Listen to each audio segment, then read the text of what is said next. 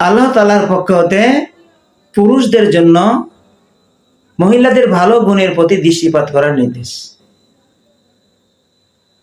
এমন আল্লাহ পাক রব্বুল আলামিন কুরআনুল কারীমের মধ্যে বলেন, ওয়াশিরুহুন্না বিল মারুফ, স্ত্রীদের সাথে ভালো আচরণ করো, সৎ ব্যবহার করো। ফাইন কারিহতুমুহুন্না ফাআসা আন তাকরাহু শাইআ, ফাইন কারিহতুমুহুন্না, তোমরা যদি তোমাদের স্ত্রীদের কে অপছন্দ করো, অর্থাৎ তাদের মধ্যে যদি তোমরা কোনো অপছন্দ গুণ পাও,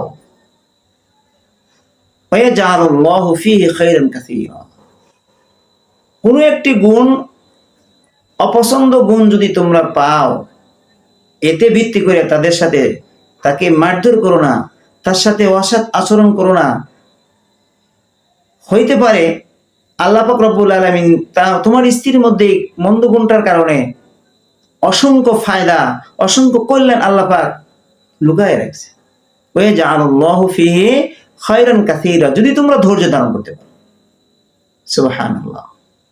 মর্মে আল্লাহর হাবিব হযরত রাসূল করিম সাল্লাল্লাহু আলাইহি ওয়াসাল্লাম বলেন, আন আবি হুরায়রা রাদিয়াল্লাহু তাআলা قال قال رسول الله صلى الله عليه وسلم لا يفرق مؤمن مؤمنة, কোন পুরুষ মুমিন পুরুষ যেন মুমিনা স্ত্রীর প্রতি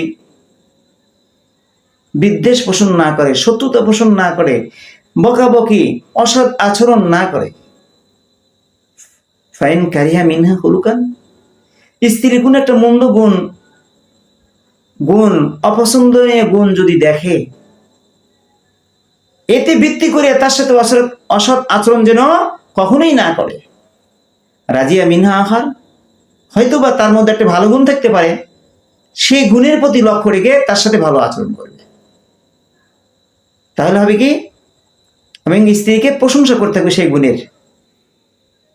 মিয়া মানুষের মন তো এমনিতে নরম, তখন আপনার প্রতি মাইল হয়ে যাবে, আপনার সাথে ভালো আচরণ করবে। তো মাঝে এই আচরণের কারণে স্বামী স্ত্রীর মাঝে এমন একটা অবস্থা ধারণ করবে যেন জান্নাত দুনিয়াতেই। সুবহানাল্লাহ। আল্লামা আশরাফ আলী থানভী রহমাতুল্লাহ আলাইহি এক বুজুর্গের ঘটনা নকল করছে, যে এক বুজুর্গ এমন একটা স্ত্রী ছিল যেটা সর্বদা ঝগড়া করত। বুজুর্গ বাসায় প্রবেশ করা মাত্রই তাকে বকাবকি, অসৎ আচরণ, মনে যা চায় তাই তার সাথে অসৎ আচরণ করত। তো তার এক ভক্তবিন্দু, বুজুর্গের এক ভক্তবন্ধু বললেন, হযরত, আপনি এত কষ্টের মধ্যে আছেন আপনার স্ত্রীর কারণে, তার তালাক দিয়ে দিলেই তো হয়ে যায়, আপনার জন্য তো সহজ, বাস তার কষ্ট থেকে আপনি বেঁচে গেলেন। বুজুর্গ তখন বললেন, তালাক দেওয়া তো সহজ, আমি যখন তখন তাকে দিতে পারি, কিন্তু তার মধ্যে অসংখ্য খারাপ গুণ আছে, কিন্তু একটা ভালো গুণ আছে তার মধ্যে।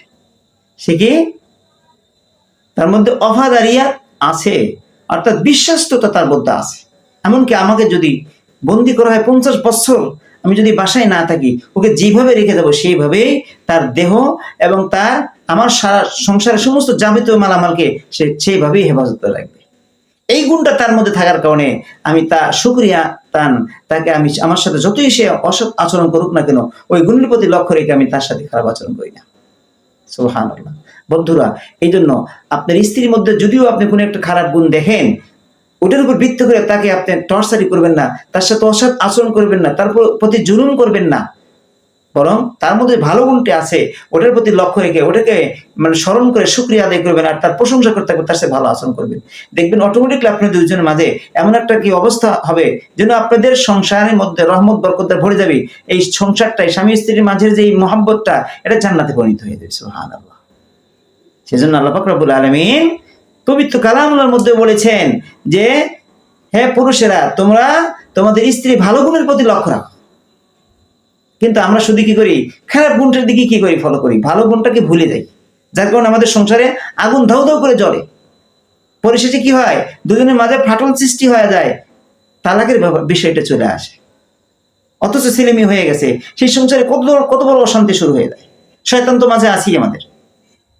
এই জন্য বন্ধুরা, আপনারা সবসময় মহিলাদের ভালো গুণের প্রতি খেয়াল রাখবেন। আর বোনদেরকেও আমি বলি, আপনারা স্বামীর প্রতি লক্ষ্য রাখবেন, ভালো আচরণ করার চেষ্টা করবেন।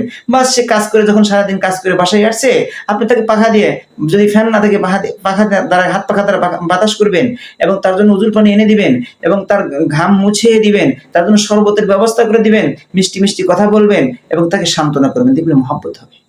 এবং আপনারা স্ত্রীরা স্বামীর কাছে যখন যাবেন, ভালো পরিষ্কার পরিচ্ছন্ন হয়ে, ভালো পোশাক পরে, সাজগোজ করে যাবেন, দেখবেন মহব্বত হয়েছে।